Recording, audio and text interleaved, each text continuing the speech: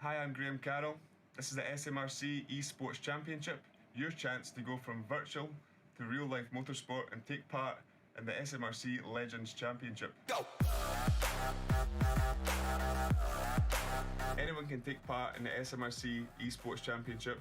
All you need is an iRacing account and the drive to succeed. Drivers will battle it out across 4 qualifying rounds at iconic British tracks. Each event will consist of a qualifying session and a 20-minute race in identical Legends cars, so it's all down to your speed and your racecraft.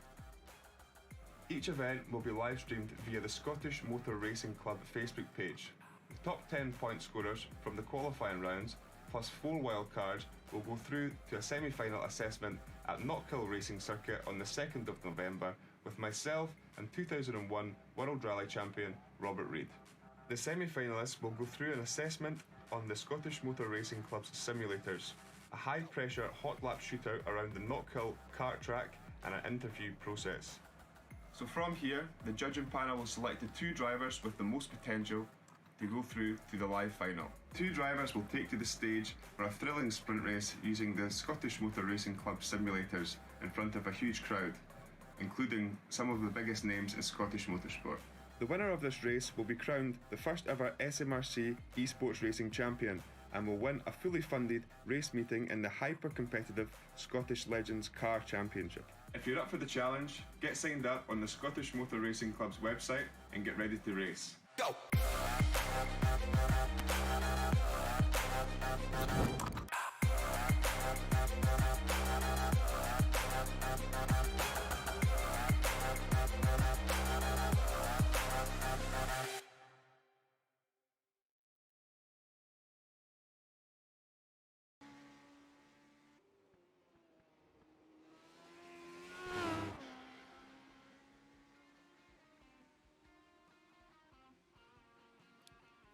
Hello and welcome to the SMRC Esports Racing Championship live on Apex Racing TV. I am Sam Fitzpatrick. Alongside me this evening is Marco Barboneer. We're here for round 2 of the championship here at Oulton Park in the Legends car, of course. And Marco, our first time commentating on this very special series.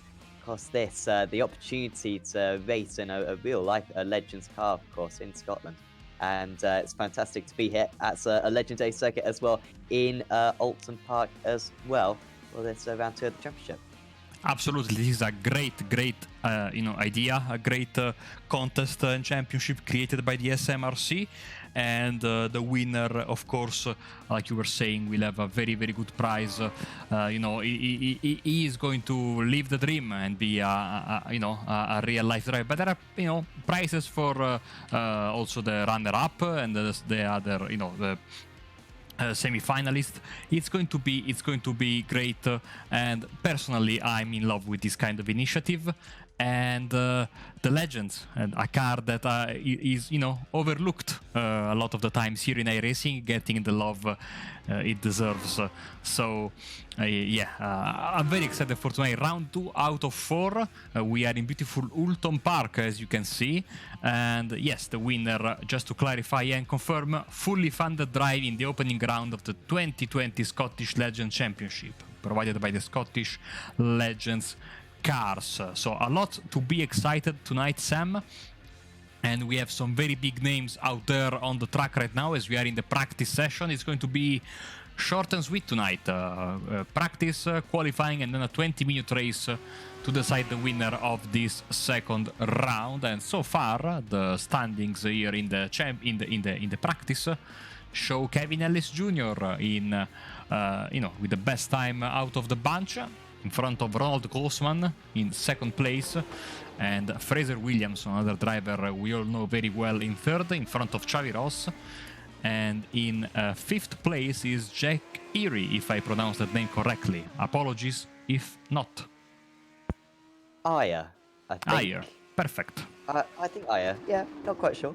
We've had Jamie Ayres previously, of course, on Apex Racing TV a lot. We eventually managed to get the hang of that name. Hopefully we'll get better at that as the 20-minute race progresses. of course, like Michael was saying, 30-minute practice, 10-minute qualifying, 20-minute race. All quite simple, no reverse grids, no endurance format. It is a proper sprint, but it does put a lot of pressure on these drivers. A lot of these drivers used to multiple races in an evening, so if you mess up, then you can come back in the later races in the evening. But of course, today, and the fact that there's only 4 rounds of this championship as well, you really cannot afford a mistake, or it could be very costly. Of course, with such a big prize at the end of it, you desperately want to get a lot of points. Of course, you saw the intro video just before we went live on this broadcast, and just to clarify, top 10 drivers in the points go through to the finals, along with 4 wildcard places as well, and then they get whittled down to a couple of drivers. And yeah, one driver, of course, as Michael was saying before, gets a real-life opportunity in the first round of the Legends Series next season. I should also say, welcome to the Motor Racing Facebook page as well. Thank you for tuning in, of course. Hopefully you're going to enjoy the action over tonight's racing. And yeah, of course, Michael, you were saying before how this Legends car not used a whole lot, overlooked, as you said, in the world of iRacing. But I mean, I haven't driven it too much. What are kind of the car's characteristics, and are there any kind of driving styles you really need to employ to get the absolute most out of it? This is a car that if you only know it on iRacing, you might think it's a oval car, but in reality it was born in the USA and debuted around Charlotte Motor Speedway, but it has been embraced all around the world in all kind of racetracks, both oval tracks and road courses. And you can find it in Europe. You can find it even in Italy, I was told. And there are several legend races, sadly, in the northern part of the country. It has become, since the 90s, when it was introduced, a very cheap, relatively cheap way to go race. And simplicity and technology make this car the stepping stone that it is for a lot of the drivers, especially in North America, but also in the British Isles, and of course in Europe and the rest of the world. Why? Because underneath this beautiful 1930s style car, we find a Yamaha engine, bike engine, so 1250 cc. You have, and that's why it has this fantastic, distinctive, high-pitched sound, and you have a 5-speed gearbox. So you're not limited to the 4 that you usually find around most oval race cars. So you have a little bit more leeway if you want to go down the gears. Certainly the engine is capable of producing very, very high speeds, very high power. The car is not very heavy, and so the speeds that this car can reach are absolutely crazy. And it provides always for some very, very close wheel-to-wheel racing. It's a bit sad that iRacing doesn't have it. Usually in the past, in the Legend Championship, that is still available in iRacing, you had once per season around in Lime Rock, which is not happening anymore, sadly. But it was always the week where European drivers, especially rookies, were able to get their high rating driving these cars on the oval side. So we have 17 drivers right now, including, I just noticed, certain I someone. see that name and I quiver, I must say, because he's not half bad. No, he's not. And we were broadcasting, of course, last night the Sim Racers World Championship, and he was practicing earlier, half an hour ago. He was practicing for the North Life race next week. But lo and behold, with 10 minutes left, we have Martin van Loosenord joining the party. Also, another name that we recognize a lot, Chris Daines, is here. I mean, this field is getting bigger and bigger, and it's going to be very exciting, especially since we have, so many drivers that are famous, so many other drivers that are not very famous, or at least in the world of esports competition. But the beauty of this kind of racing that puts everyone in the same position, everyone has the same car, and fixed setup also. So certainly. it starts with an equal footing for everyone. We will see who is going to prevail after tonight's race. Qualifying, of course, will be of the utmost importance. A rolling start for these drivers as well. And they have only this limited 30 minutes of practice, basically, to get things right now. Of course, we are running around British racetracks because we were in Snetterton last week. So today it is, of course, Oulton Park. Then it's going to be Silverstone and Brands Hatch. So I would imagine most of these drivers know the tracks very well. Yes, definitely. Unfortunately, none of the tracks on the race calendar for the Legends car is actually on iRacing. On the Legends car, I think Legends Championship, you got Knock Hill, and safe to say, there's been a few calls for Knock Hill to be added to iRacing Just a over few. the years. A few, I think, the people who do campaign for it are very vocal, safe to say. Hopefully, it will be added. Apparently, it was scanned, I believe, but it has not been added.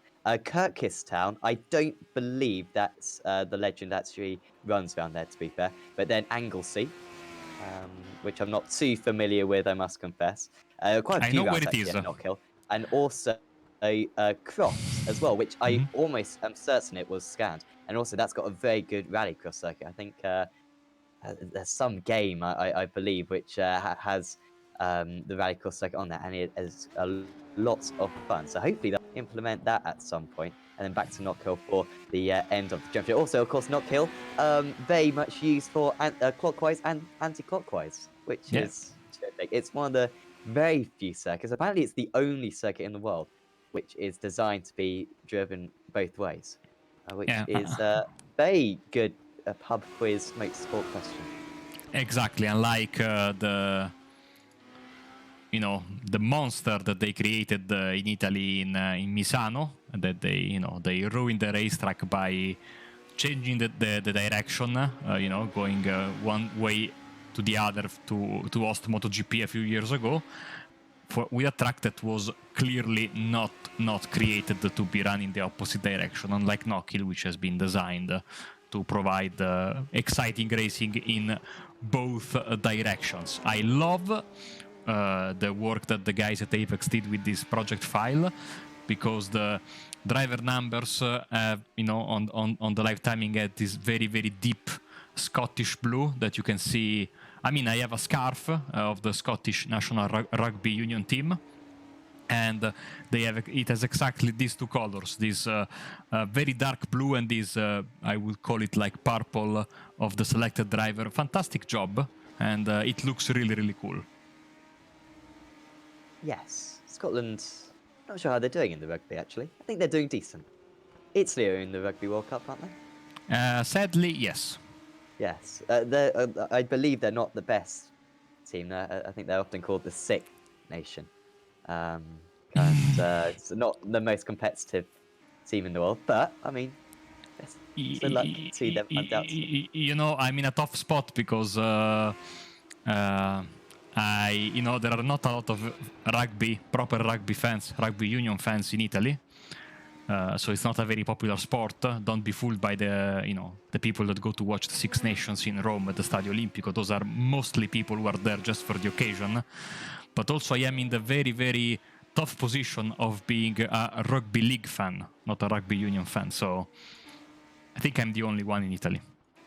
I mean, I'm not quite sure how you can dislike one and like the other. They are different.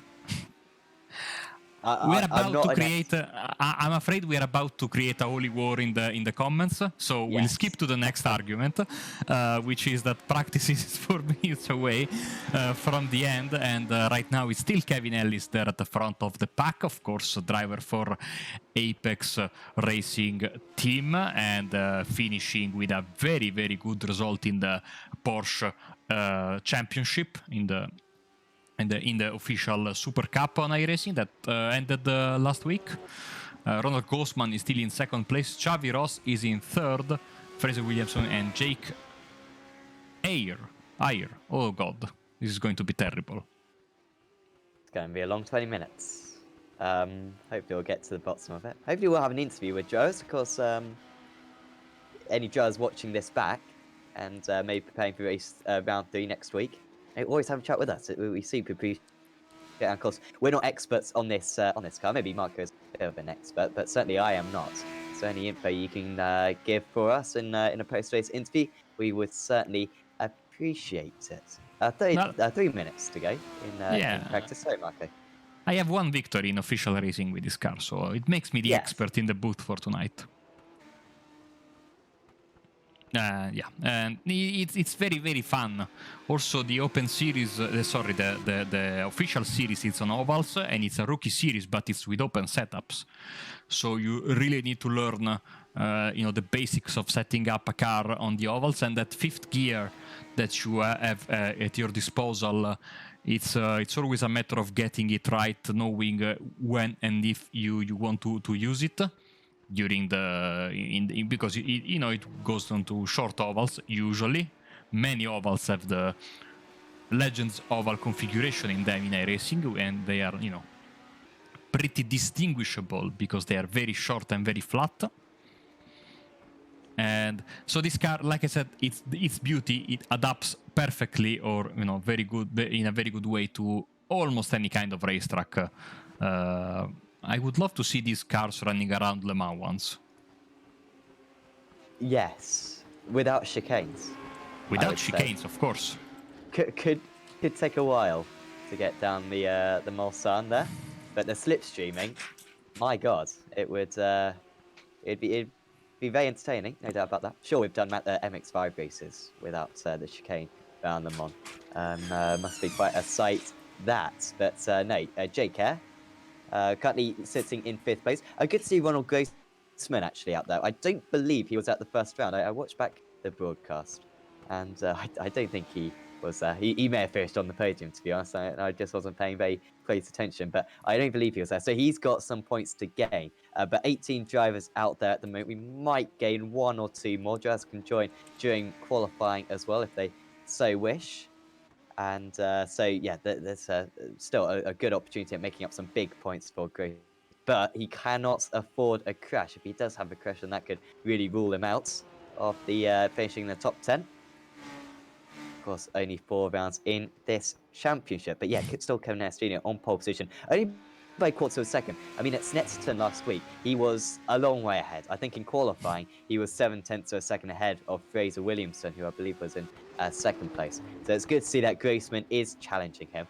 Is there much of a slipstream effect in this car, Marco? Of course, it's going to be tough around this circuit to stay in the draft, but say if Grossman is a couple of tenths slower than Ellis Jr., is he going to be able to stick in the slipstream and maybe keep up with him in the early stages?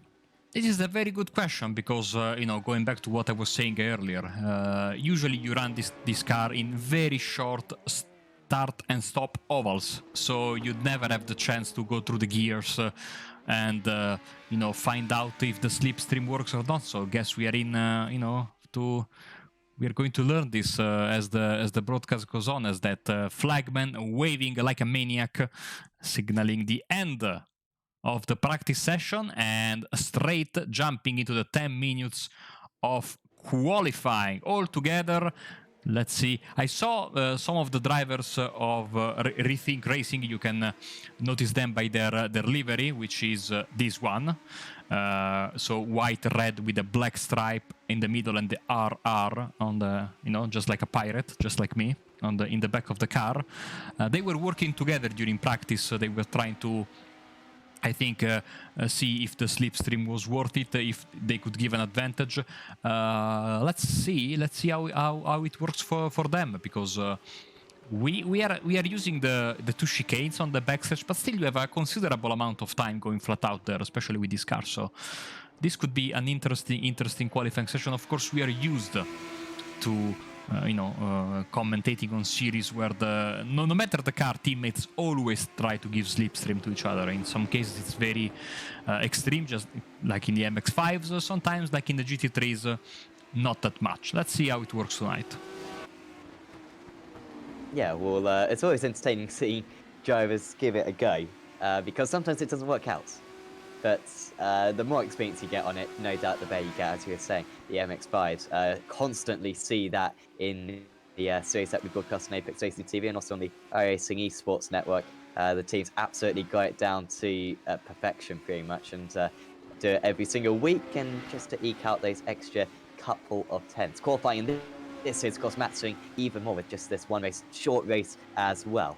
I was just looking at the location of this circuit. It's in Cheshire, which I kind of knew already, but also Little Budworth is the village I believe it's been assigned to. And in 2011, 594 people lived in Little Budworth.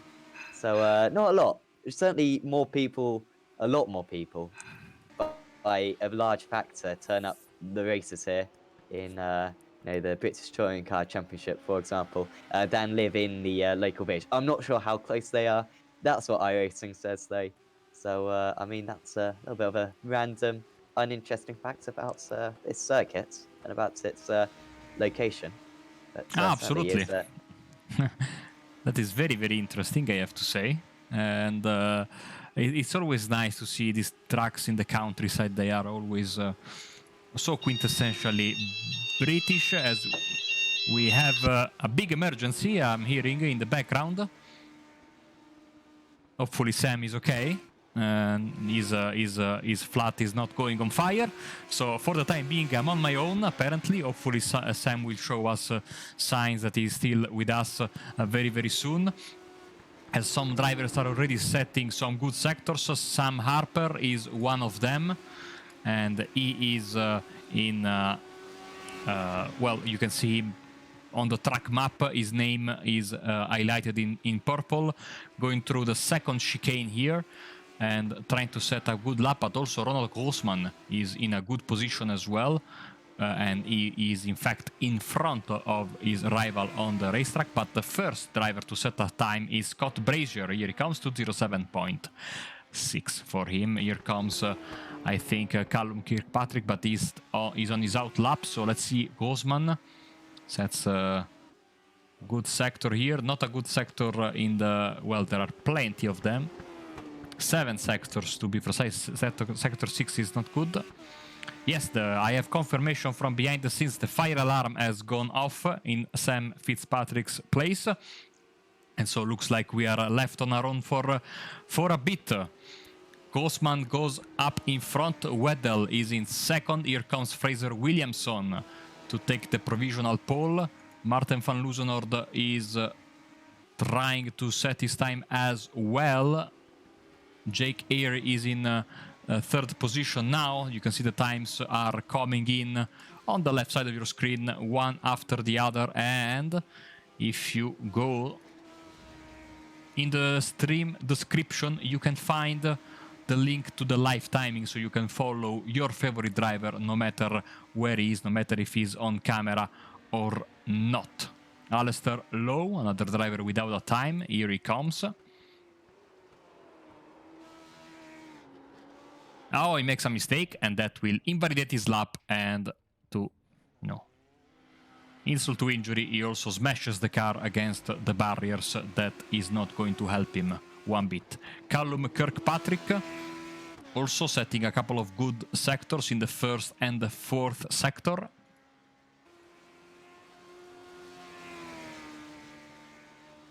And going down the hill in this beautifully liveried car. Grossman sets the purple fourth sector. Williamson purple first sector. Let's see who gets first to the start finish line. It's going to be Grossman.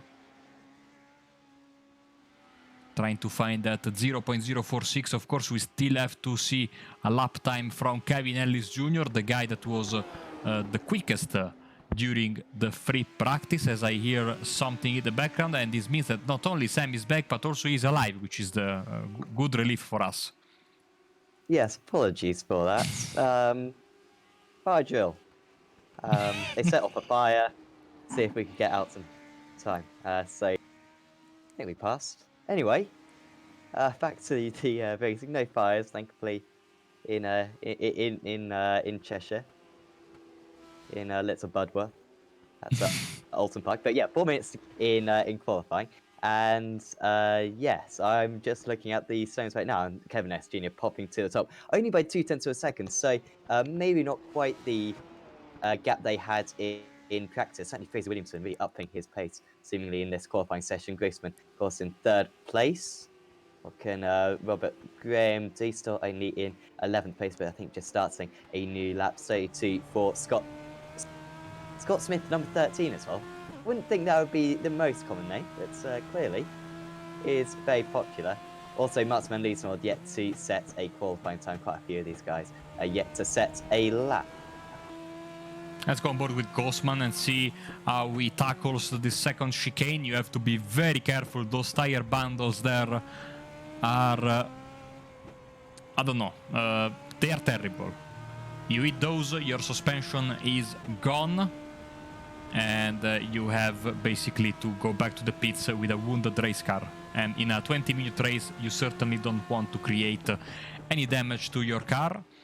As Grossman goes through the final couple of corners, we will also see Martin van Loosenaard first time very soon, as he's following the driver we are watching right now. You see just one corner behind, so Grossman will come in first. And then we will see Van Loosenaard. Michael Waddell is in the middle. Here comes Grossman. He does not improve. Here comes Van Loosenaard without a time. And he will sit in P5, 144.4 for him. Chris Danes also coming home. Not improving on his time. And Kevin Ellis Jr. with a purple first sector, then not a good middle portion of the lap. Better penultimate sector. Will he improve himself? He won't. He will! 153.865. Yeah, improves by about 0.5 of a second, so just eking out that gap a little bit further. Now 0.3 of a second. The gap between first and second. Being the only man currently below the 1 minute 54 barrier. Grossman on a lap currently. Not as outstanding first sector. A couple of tenths down on S Junior already. And second sector as well, not fantastic. And Smith spinning pretty much on the start finish line. That's not great because you've ruined your previous lap and you've also ruined your next lap as well because you really haven't got a lot of momentum. Javi Ross, who finished on the podium, I believe, at Snetterton. He's up in 6th place. Didn't have a terrific qualifying actually at Snetterton, but had a good start and drove without errors. And he's certainly one of the favourites to qualify for the LAN events at the or qualifying the top 10. Martin van Loosenaard now just moving his way through the traffic. So far, no purple sectors I'm seeing, at least on this lap. He's got to improve by about 1/4 of a second if he's going to move up on the flat out through this part of the circuit. Fast around the right-hander double apex. Needs to make sure that he keeps the car very much straight over the crest. So easy to lose the car. Of course, high power delivery in this thing. Into the final corner, up the hill and then down, of course, again. Looks very neat and tidy for Van Loosenaard, not picking up any 1Xs. We'll see if this is going to be an improvement. Currently, 54.4 is his best, but in the end, that lap invalidated and he'll try to start a new one. Sam, look at how close they are. Second, third, and fourth as the checkered flag is waving. Kevin Ellis Jr. has already called it a day and is in the pits, so is Scott Brazier. So last chance for the likes of Kirkpatrick, Gordon to set their time. But look, Williamson, Grossman, and Brazier basically all together, and Van Loosenaard is not that far away. What really stands out, of course, is the 0.3 of a second that Kevin Ellis gave to Williamson, and the rest of the field, of course. But still, anything can happen in the race, and you know, racing and qualifying, it's a different beast, even though as Kirkpatrick goes 15th. As we know, despite, we are talking about two very quick drivers on the front row so far. Here we go with Alan Gordon without a time.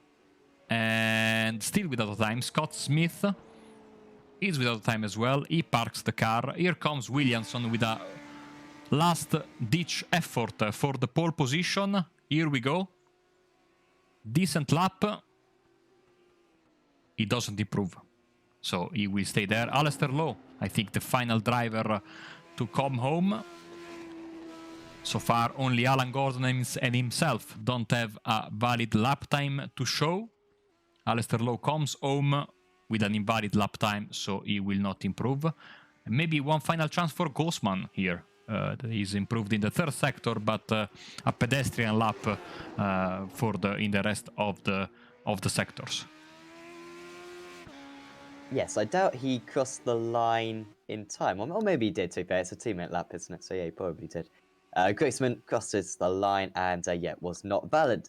So he stays in third place, but can do a lot of damage from there. It's often the place you want to start actually on a rolling start. Of course, you want to be on pole position ideally, but of course, if you're in second place, got to react to when the pole sitter puts down the throttle. A couple of drivers improving just across the line. Michael Weddle, apologies, improving by 1 place up into 10th. And also, I believe it was Scott Hunter improving by a couple of places as well, moving into 13th position. So I think that's everyone across the line. We've got 30 more seconds until the session ticks over. And we'll go through the grid. A short warm-up lap, of course, around this place. And then we'll be able to get properly going. But what about this first corner? You think, Marco, is there going to be some issues? It's pretty narrow around that first half of the lap. It's very, very narrow, and they are going to get there at a considerable speed, considering that we have a rolling start. So drivers will have to be careful, go easy on the brakes and avoid any kind of contact. Like we said many times already tonight, you get damage and your race is done. And with only 4 rounds in this championship before the semi-final rounds, you really need to be, get as many points as possible. And here we go with the starting grid. Yes, and on pole position is Kevin Ellis Jr. He's 3/10 clear of Fraser Williamson, who gets another front row start. Ronald Grossman starts in third place. Alongside him is Scott Brazier, who we haven't talked about too much so far, but still very strong qualifying for him, only 4/10 of pole. Javi Ross rounds out the top 5. Then it's Martin van Loozenord in 6th. Then it's Jack Eyre, Chris Staines, Sam Corson, and Michael Weddle rounding out the top. Then it's Sam Harper, Gary Brown, Scott Hunter, Robert Graham, Callum Kirkpatrick, Scott Smith, and then hopefully Alistair Lowe and Alan Gordon will take the start, but those two did not set qualifying time. It should be starting in 17th and 18th places though. So we've got the drivers just lining up right now. And just a little bit of an update on the weather, of course. It does make a big difference on iRacing. Anyone who isn't familiar on iRacing, and I imagine there's quite a few people who are watching this who aren't quite aware of the of how important the weather is. But 43 degrees track temperature, that's very warm. Going to significantly decrease the amounts of grip these drivers have. And with such a tight, twisty circuit like this, if you overheat the tyres, it can be very difficult to cool them back down. No long straights to cool them down. And so you really don't want a slide or, heating up the tyres because it can compromise your grip for the next few corners as well. So maybe just keep an eye out on that, particularly on the opening lap. But Kevin S. Jr. on the pole position. Are we going to see much tactical driving, you imagine, Marco, where drivers are just protecting that top 10? Round 1, it seemed like everyone was just trying to finish as high as possible. They weren't really thinking about the qualification necessary. Yeah, I mean, and the more we go into the championship, the more the more the drivers get quote unquote desperate to get their results in. So we might be seeing the championship getting feistier and feistier the more the rounds go by. And at the end of this, we will be already at the halfway mark of the season. I thought the Apex Racing League British GT Series was short. This is even shorter. And but we are ready to go, I think, with the pace car taking the hard right. And Sam, ready to go racing. Yes, thanks, Kevin S. Jr. From the pole position, the green flag is out already. And away we go. There's a good start for car number 84, a little bit further down the field. I think that's maybe Jack Eyre just moving up a couple of places. But as they go into turn 1, still side by side, decent start for Williamson. He's hung on to second place. No changes at the moment amongst the top 10, although we're seeing a little bit of side by side between Brazier and Grossman side by side going into turn 3. Having to defend is Kevin Ellis Jr. from behind, and that's really good from Brazier. He's got past Ronald Grossman. Ross nearly gets him past, Luke Van Loozenhoorn nearly gets him past Ross, but fighting that one back as well as they get into single file for the majority of the pack. But you can see how desperate Williamson seems to be to get past Ellis Jr. straight away. He realizes this is the best opportunity. almost got a cut off the circuit. That's Ross, and that could have been far worse. I think it was Ross who got the excellent start. But he very nearly managed to ruin it there, and he has ruined it now. He makes contact with Van Loozenord, doesn't roll back into the circuit, fortunately, but that's a lot of places lost for one of the front runners in this series, and that was just a little bit avoidable there too. Just one the same piece of tarmac, Mark. Ah, yes, absolutely. The way these cars are built, you see the side-by-side contact can send a car flying through the air. That is exactly what happened. Ross, these are very, very resistant cars. They are very strong. So he should be okay without too much steering damage, but certainly a mountain to climb for him. And now is a matter of getting the more out of a very tough situation for the driver of the 04 car.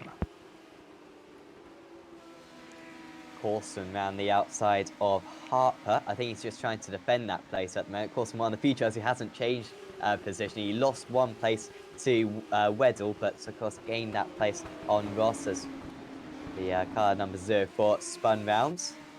Also, Brazier and Van Loozenord going side by side. Here is Van Loozenord going round the outside. He's got much better speed. Just dipping into that slipstream seemingly was Van Loozenord, and that's comfortable for him. So he's up 2 places from start, and look at this. Might even be up 3 places if he possibly can. He looks to the side, not really giving enough a car's width in the end was Grossman. Of course, doesn't have to do that as long as he's ahead. Now he does leave more than a car's width, and Van Loozenord will happily go down the inside there. Also moving through is Scott Brazier, potentially. This is a move for 4th position. Might fancy his chances around the outside here. Grossman should be able to stick it around the outside onto the grass. Is that going to cause issues with the rejoin? Unfortunately, gets back onto the tarmac nice and quickly. But Grossman loses 3 places there in quick succession. Might be able to get back one of them. This is where we saw contact on the last lap. Not this time, but that's still very disappointing for Ronald Grossman, who was running as high as 3rd. We have a crash for Scott Hunter. Let's see what happened to him. Here at the hairpin. Clips the curb, loses the car, and straight into the wall.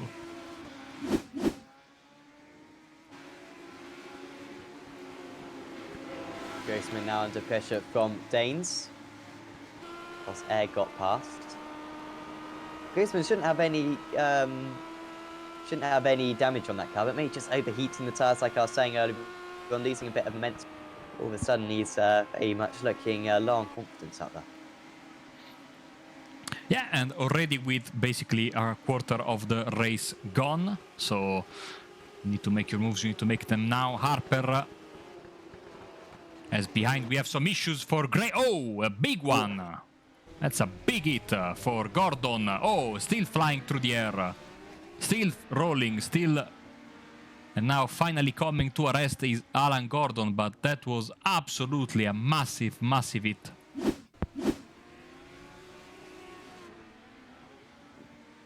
And that involved about 4 drivers. And when this isn't the biggest field in the world, say 18 drivers, and 4 of them pretty much being wrecked out there. And Gordon there, I mean, that car, very happy to pirouette. And Gordon and Lowe seem to both be out of this race. Big shame for those two, because they were doing decently. And of course, as we've been banging on, only 4 races in this series, every single one counts. As we see side by side with Danes trying to move through past Air as Grossman recovers one of those positions. Those 2 are teammates. These 2 aren't teammates. So Danes round the outside will turn into the inside for the second part of the chicane, almost stopping his rival on the apex there, and now forcing him out. And Danes was not being particularly courteous there. And round goes Jack Air, who was having a terrific run up in the top 5. Fortunately, hasn't hit anything too hard, but he will not be best pleased with Chris Danes right there. No, he won't. And I wanted to go to a replay, but look at this, because Brazier is, reeling in Martin van Loozenord, something we don't say very often on Wednesday nights, but this is a different environment. And van Loozenord is under big pressure.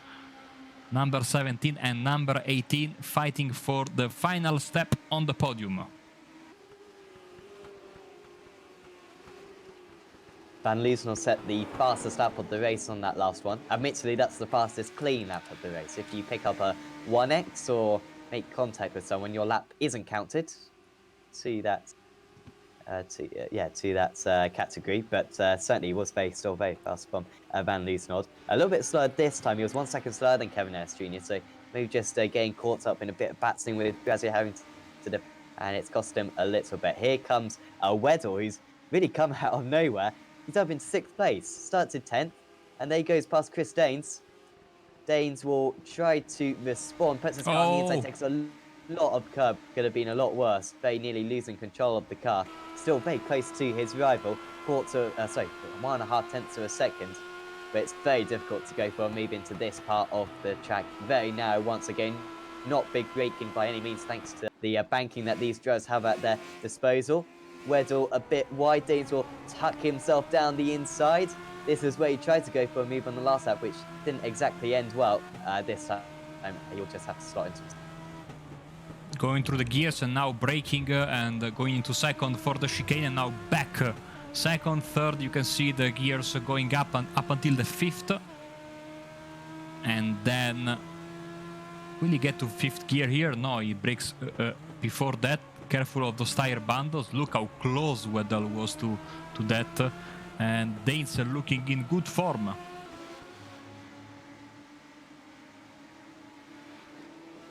Yeah, just lost that place, but yeah, no doubt that he's looking so he could take it back. We were talking about how close 2nd, 3rd, 4th were in qualifying. I mean, they're pretty close in the race as well. Williamson with a mistake on this lap, I believe. Yeah, lost 6 tenths of a second through sector 3. There are 5 sectors on this circuit. Actually, I had lost 6 tenths through sector 3, lost 6 tenths through sector 4 as well. So really must have been like a poor chicane or something like that. And it's put him under a bit of pressure now. Ellis Jr. dominating at the moment on that last lap. He was 2 seconds faster than the 2nd place man. Williamson, who had issues previously with his throttle pedal, and he seems to be struggling a little bit for straight line speed right there. Now gains a little bit of speed, but it might be too late as Van Loosenor goes round the outside. He should have a better exit, but just runs out of room. Had to get onto the grass, carrying a little bit too much speed there. Tyres just not having it. And he'll have to wait for another opportunity with Grazia only 7 tenths of a second behind. Yes, but looks like he might go here at the hairpin.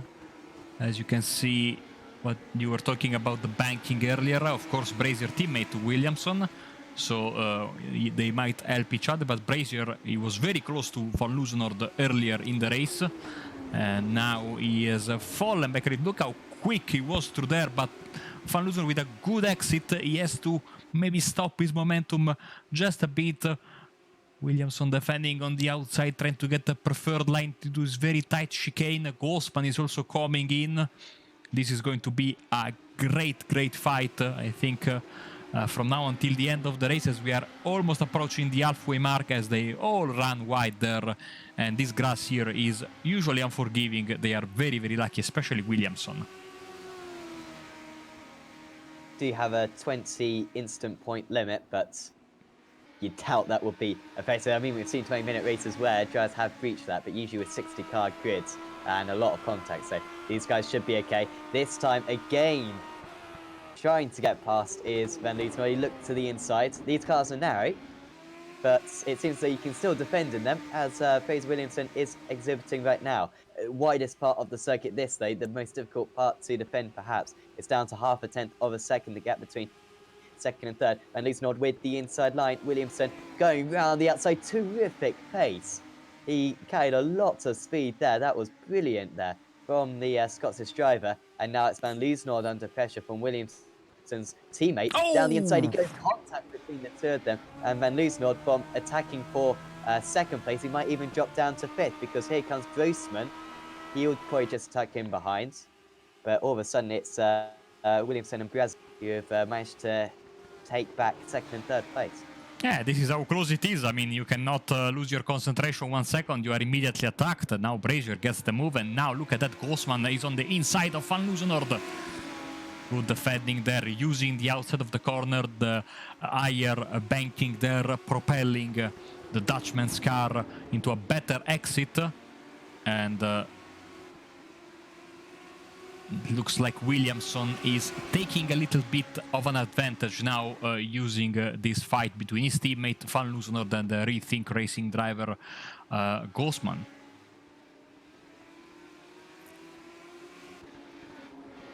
Let's go on board with Gosman for a bit. Yeah, he's got the best seats in the house for the battle ahead. Williamson coming under... Sorry, yeah, Williamson's got a little bit of a gap, but Van Loosenord glancing to the inside.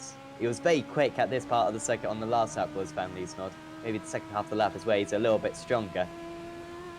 Could go to the inside, one of the larger braking zones on this entire track. Van Loosenord glances again. He's just not confident enough on the brakes at the moment to really commit to an overtake. Once again, he's really good going down the pit straight. This way he lost out last lap, though, did Van Loosenord, as it was Williamson who carried a lot of speed on the outside. This time, Van Loosenord's surely going to be aware of that. But he's kind of fallen for the same trick, and here comes Grossman. He's going to make this 3 wide. This is very ambitious from Ronald. He's going to gain 1 place, surely. Van Loosenord moves up into 3rd, and Grossman cannot benefit too much. Might have the inside line against Brazier for this next corner, 0.5 of a second between them. Barely any meters between the 2 cars as well. Inside line for Brazier into the banked section. Should have the upper hand, and he does do. Fantastic stuff, Sam. Absolutely amazing racing between these guys here. Like we said, any point is important, any position gain is important, as Grossman almost hitting the back of Brazier's car, and now Brazier will have to defend hard. See how close they are into the chicane. Very tight chicane. He goes on the inside, and he makes it stick. Great move also because Brazier clipped the grass, as Xavi Ross is in a comeback of great proportions, because he's already up to 8th. Remember, he spun in the very opening of the race after contact with Van Loosenord, and he's already up into P8. Like I said, trying to get as many points as possible, and sometimes this is what makes you, win championship, or in this case, enter the top 10, fighting hard no matter what happens, because not giving up so easily, even if you have a big issue like Xavi had at the very beginning of this second round out of 4 of the championship. Yeah, he's been superb, and actually he's just set the fastest first sector of the lap, so must have nailed turn 1 seemingly. Did Javi, so really impressive there. Once again, Van Loosenord and Grossman. You cannot separate these two. I'm not sure if this is just a slipstream effect bringing these 2 together, or if they're unbelievably evenly matched. But yeah, you cannot pull apart these 2. Also catching up to Williamson ahead, 0.8 of a second. So if they stop fighting one another, then they could certainly catch up to the driver residing in 2nd place. Ellis Jr. with another fast start for the race, by the way, on that last one. The race leader, 2 seconds faster than the rest of the field still. He's absolutely dominant. It looked as though in qualifying, as though the other drivers could touch him, but since that they've been fighting, Ellis Jr.'s just been a league of his own.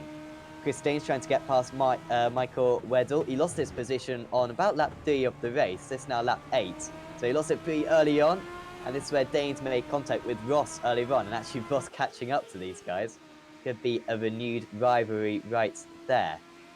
Danes glancing to the inside, but not a big enough braking zone, and a bit fearful of those tyres. Oh, and contact again for Danes, and he's going to spin round Michael Weddle. Car number 7, and Weddle taking a while to get back going. This is how it happened then.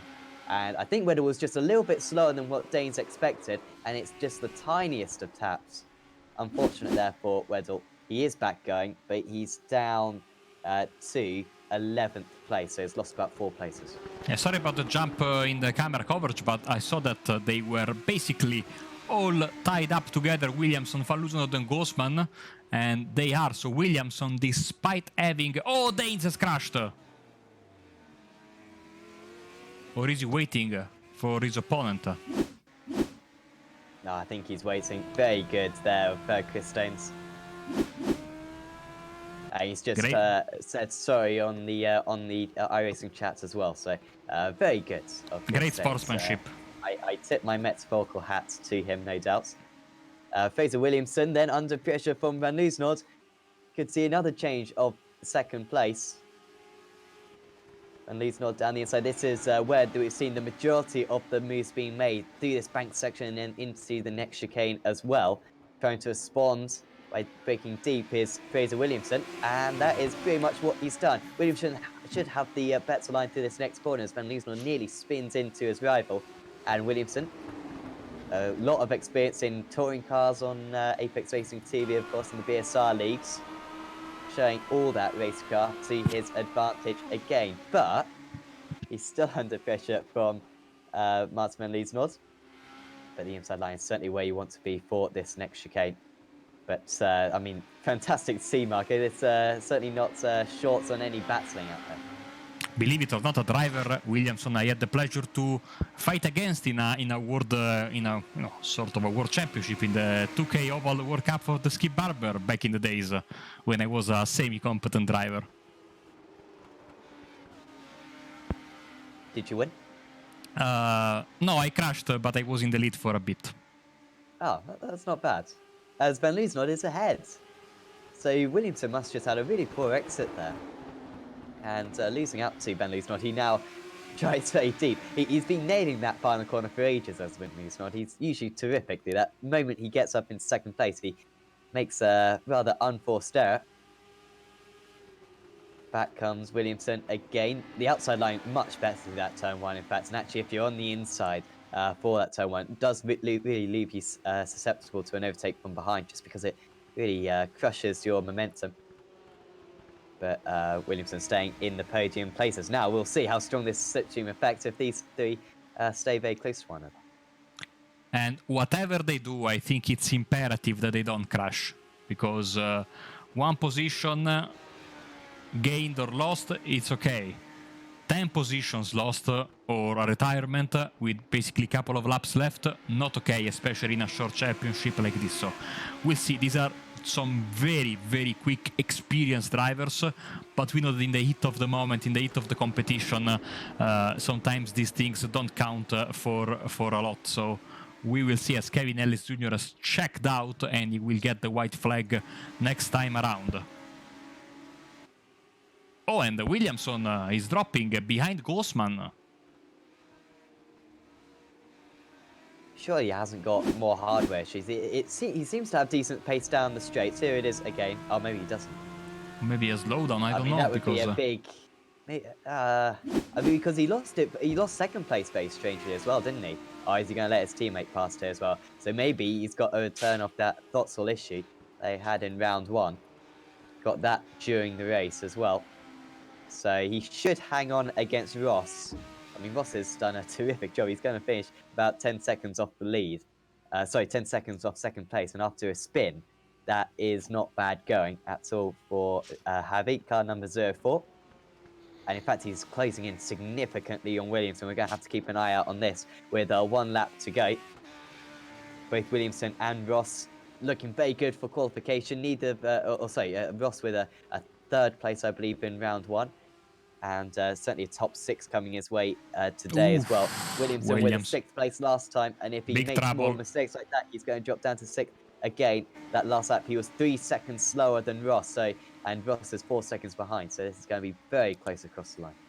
Yes, as we are in the final lap of the race. Kevin Ellis Jr. leads in front of Martin van Liesnoord, who is almost sure of a 2nd place.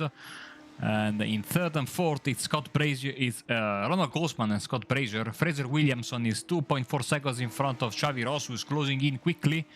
And then we have Sam Harper and Jack Hare in 7th and 8th fighting it out. But let's go on this fight here between Grossman and Brazier for the final podium position. And certainly these 2nd, 3rd, 4th spots, Sam, have changed quite a lot during the race. And it's still going on even into the final lap. Is it worth making a banzai move into these last couple of corners? Does it matter enough to gain those points, or is it just getting a solid result that will prove much more useful? I think Ross is going to overtake Williamson unless his dots pedal magically heals. And yeah, it certainly looks as though in the background there, like there is going to be a change of position. But this is the last lap of the race. Kevin Ellis Jr. approaching the final corner, now approaching the checkered flag as well. Kevin Ellis Jr. is going to win race 2 of the SMRC Esports Championship. Congratulations to him. Dominant fashion there. Grossman will beat Brazier to 3rd and 4th. Ross, will he get past Williamson? He just about will. Williamson not most keen on him getting past. He did well to hang on for a couple more corners for as long as he did. But in the end, it was Ross getting past. Harper just about holds off air. That's a terrific result for Sam Harper, finishing in 7th place. And we've still got battling Kirkpatrick versus Graham. Number 4 versus number 15. And this could be very close across the line. Oh, spinning round is Graham. And that is a big shame because it looked as though he had the line through that final corner to take his rival. And now he might even drop behind Scott Hunter. He's got to get that power up quickly. Acceleration not bad in these cars. It will be enough for Rob Graham to finish in 14th place then. Yeah, that car has been through the worst. Look at the front right. It's not there anymore. So maybe he was dealing with some steering issues or suspension damage. Scott Smith and Alan Gordon, another car that has seen better days. These are the final guy we are waiting for in this very, very, very exciting second round. Kevin Ellis Jr., runaway winner, but behind him it has been a war. And the podium, Van Loosenord and Grossman, and it was a fight up until the checkered flag as we go through the race results for the second round of the championship.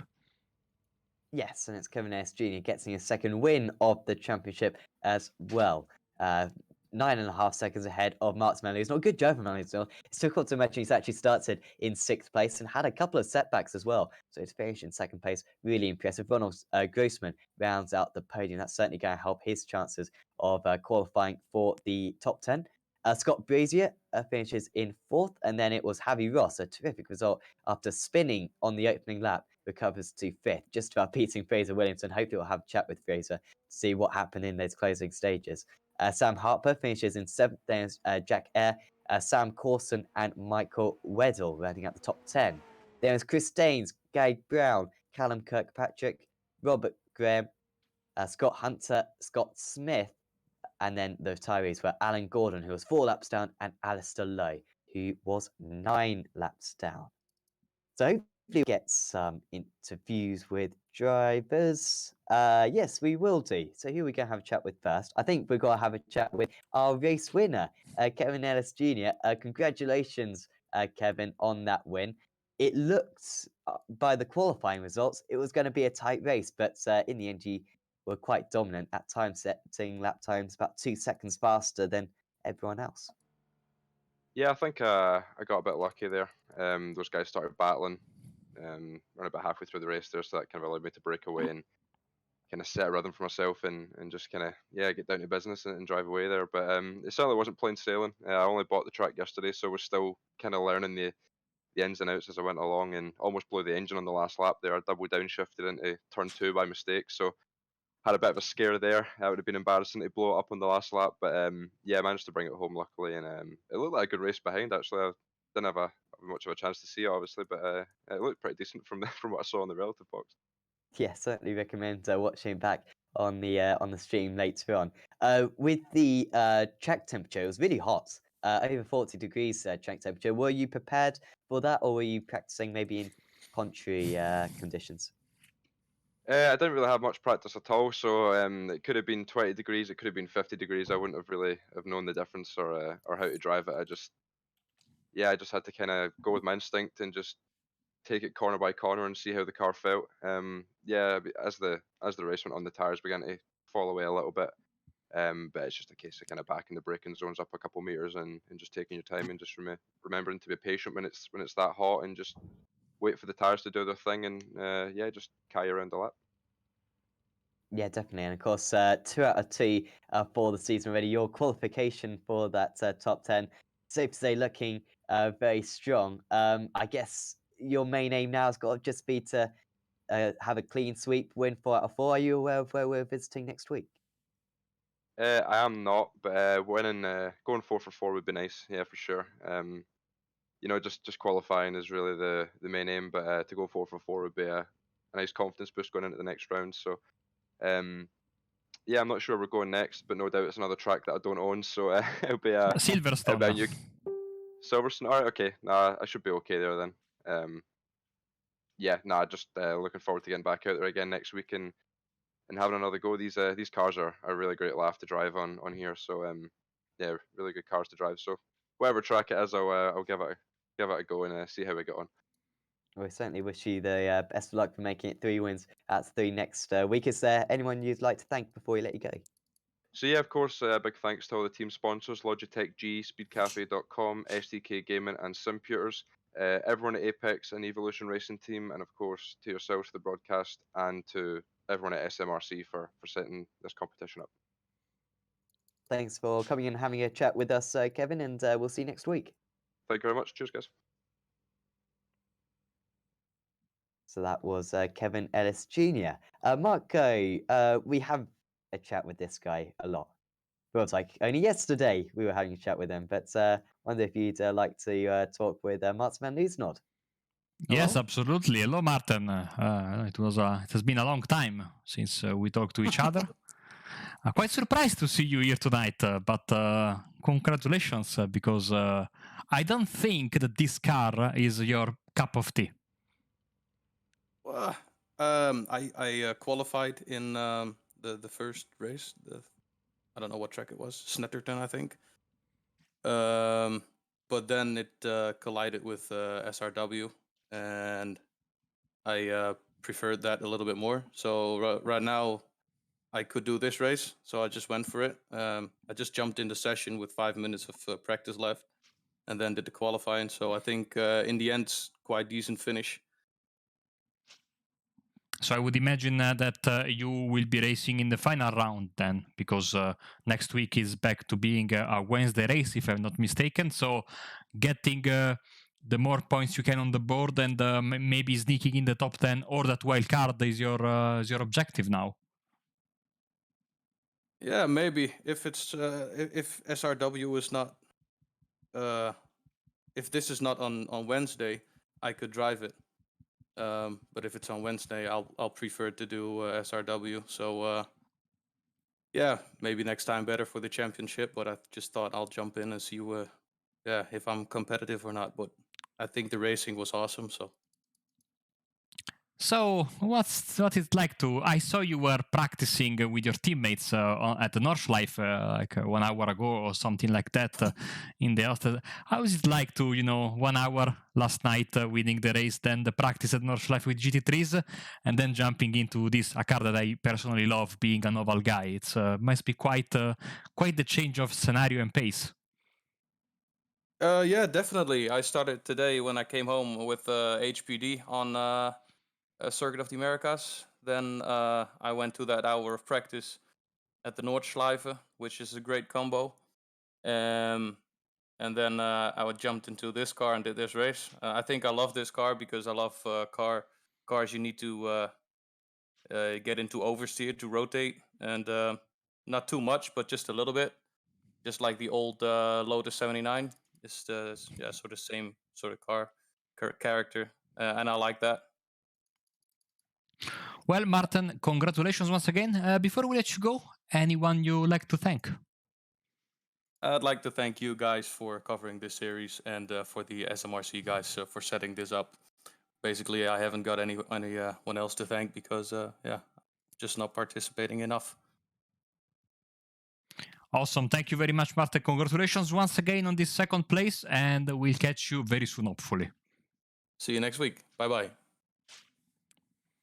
And this was Martin van Loosner, second placed finisher in this event. Sam, what an exciting battle. And if I'm not mistaken, next week, Silverstone, we will be back on a Wednesday. And the viewers will be back with Woody and Alex Simpson, and we will be back for the final round at Brands Hatch. But certainly excitement all around. I like the format. I like the idea behind this championship. Short, sweet, very entertaining, and I can wait for the final 2 rounds. Yeah, absolutely terrific action. I mean, you wonder why this Legends car isn't used more often, because the racing we witnessed today at Oulton Park was absolutely fantastic, with a lot of drivers, some of which we've seen, some of which we're quite new to. So it was fantastic to see them go at Batsalt today. And of course, yeah, the championship hotting up, no doubt, halfway through this series. And a couple of the drivers who have perhaps had incidents in the first couple of rounds really need to have good races at Silverstone, then round 4 of the championship as well, to come back and qualify for that fantastic opportunity, of course. Yeah, certainly hope that you'll tune in for next week's racing. Of course, if you're new to Apex Racing TV, please give us a subscribe. We'd mega appreciate it. And also subscribe to the iRacing Esports Network as well, because we broadcast on a Monday, Tuesday, Wednesday, and Thursday nights as well on that channel.